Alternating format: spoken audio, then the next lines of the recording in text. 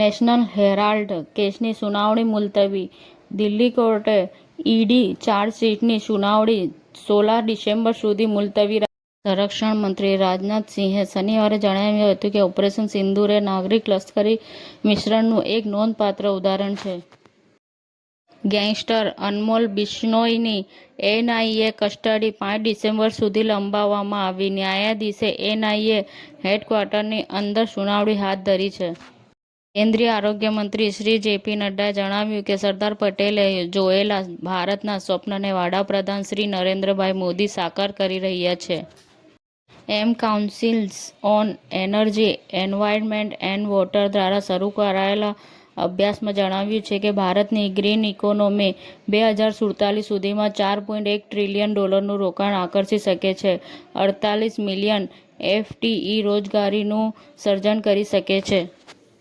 Commonwealth games પહેલા Modi stadium પાસે demolition કાર્યવાહી શરૂ.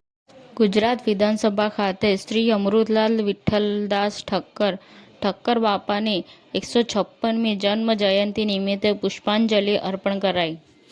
ભારતના ઉત્પાદન સેક્ટર માટે ટેલેન્ટ વાલે .comનું લોન્ચિંગ કરવામાં આવ્યું.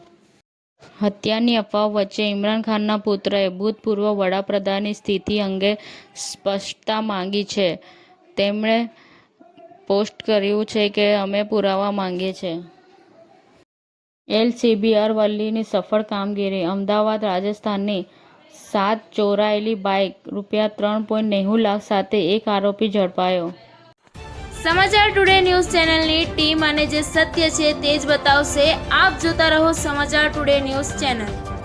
ગુજરાતની ધરતીનું ગુજરાતીઓ માટે જ, એટલે કે સમાચાર ટુડે ન્યૂઝ.